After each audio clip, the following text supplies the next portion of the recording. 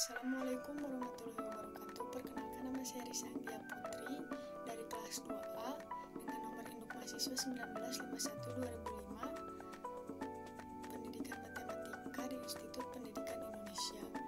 Tujuan pembuatan video ini untuk memenuhi salah satu tugas ujian tengah semester mata kuliah Strategi Belajar Mengajar Matematika yang diampu oleh Ibu Dr. Tina Sri Sumartini, MPD. Di video kali ini saya akan menjelaskan dan menampilkan simulasi mengajar daring dengan menggunakan strategi daring dan menggunakan strategi pembelajaran ekspositori.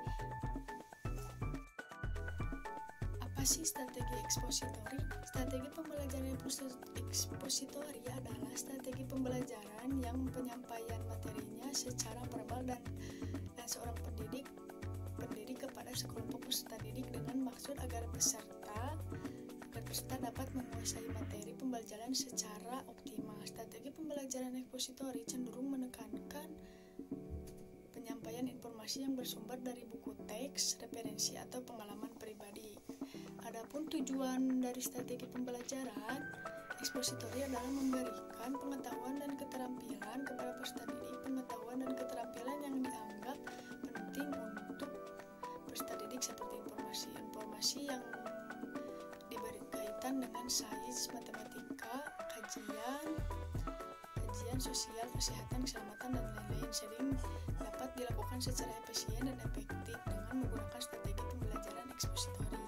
Adapun langkah-langkah pembelajaran dalam strategi pembelajaran ekspositori adalah sebagai berikut. Pada tahap pertama, pendahuluan pendidikan penyampaian pokok-pokok materi yang akan dibahas dan tujuan pembelajaran yang ingin dicapai. Peserta didik mendengarkan dan mencatat hal-hal yang dianggap penting.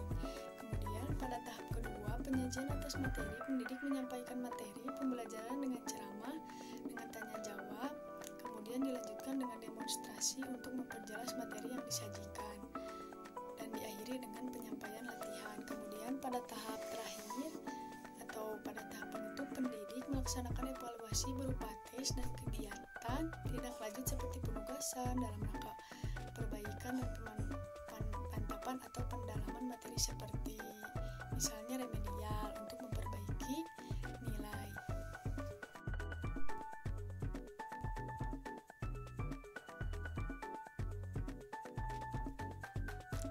Baik, pada pertemuan ini Ibu akan menjelaskan tentang materi tentang himpunan. Yang pertama ada pengertian himpunan, yang kedua ada cara menyatakan himpunan, yang ketiga ada jenis himpunan, dan yang keempat ada operasi himpunan. Kemudian pengertian himpunan.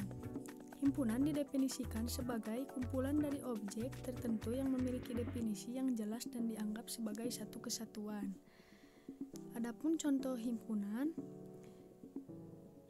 hewan berkaki dua, misalnya ayam.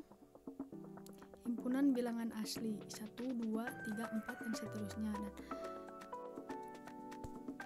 Lalu cara menyatakan himpunan disimbolkan dengan huruf kapital, dan jika anggota himpunan tersebut berupa huruf maka anggotanya dituliskan dengan huruf kecil. Cara penulisan himpunan dengan kata. Yang dimaksud dengan kata menyebutkan semua syarat ataupun sifat dari anggota himpunan tersebut di dalam kurung kurawal. Contohnya, A merupakan bilangan prima antara 10 dan 40, ditulis menjadi A sama dengan kurung kurawal bilangan asli antara 10 dan 40. Yang kedua ada dengan notasi pembentuk himpunan. Yang dimaksud dengan notasi pembentuk himpunan yaitu dengan menyebutkan semua sifat dari anggota himpunan tersebut dengan anggotanya dinyatakan dalam suatu variabel dan dituliskan di dalam kurung kurawal. Contohnya, A merupakan bilangan prima antara 10 dan 40, ditulis menjadi A kurung kurawal X merupakan bilangan 10 kurang dari E kurang dari 40 X anggota bilangan prima. Dan selanjutnya ada dengan mendaftarkan anggota-anggotanya. Yang dimaksud dengan mendaftarkan anggota-anggotanya yaitu dengan menuliskan semua anggota dari himpunan tersebut di dalam kurung kurawal dan tiap anggotanya dibatasi dengan tanda koma. Contoh, A merupakan bilangan prima antara 10 dan 40, ditulis menjadi A sama dengan kurung kurawal 11, 13, 17, 19, 23,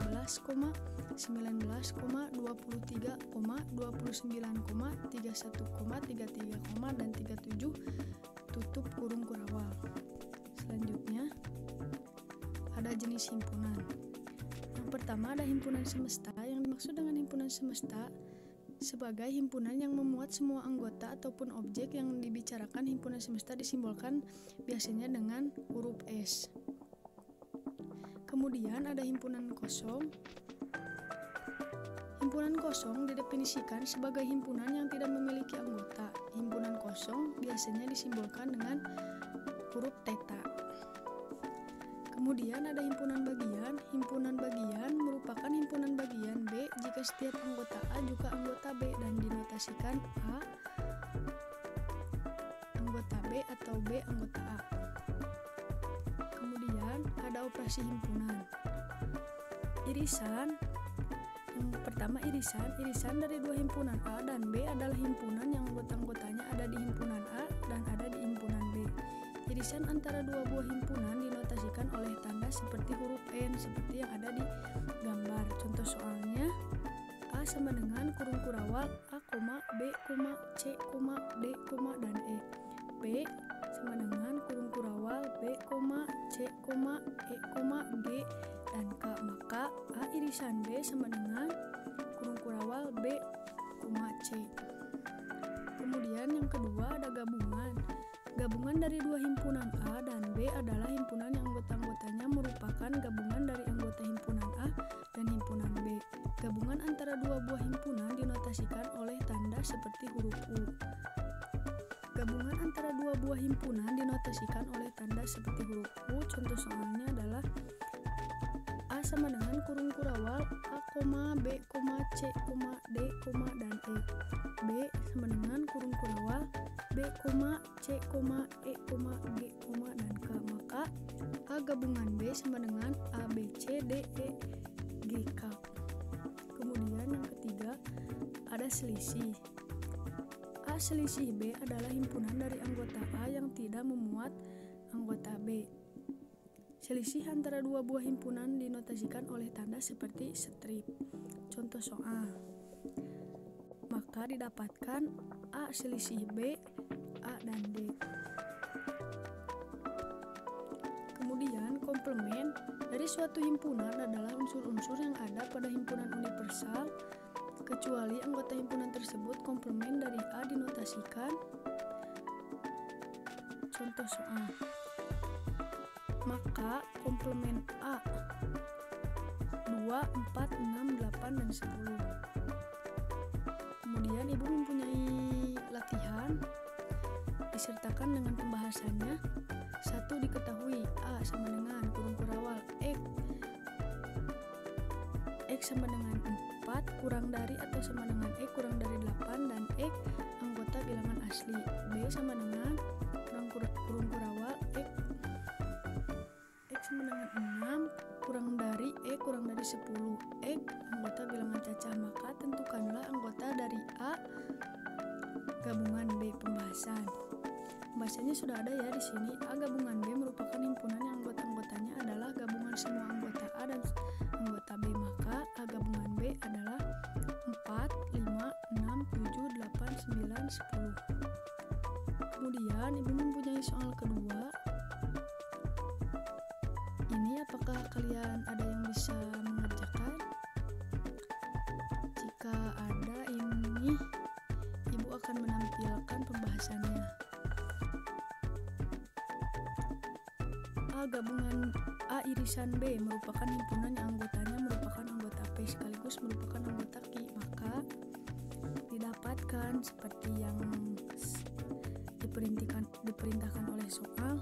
A irisan B sama dengan 7, 11, 13. Mungkin dicukupkan sekian untuk pertemuan kali ini ya anak-anak. Sampai jumpa pada pertemuan selanjutnya. Mudah-mudahan kita segera di pertemuan